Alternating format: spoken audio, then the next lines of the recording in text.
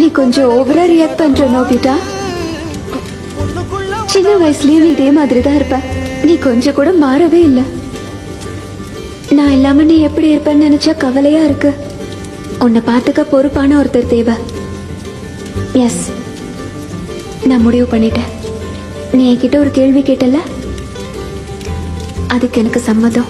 வாடகைக்கு காதல் வாங்கி வாழவில்லை யாரும், என்ன மட்டும் வாழ சொல்லாதே. உடம்புக்குள்ள உசுர விட்டு போக சொல்ல நீதான், உன்னை விட்டு போக சொல்லாதே.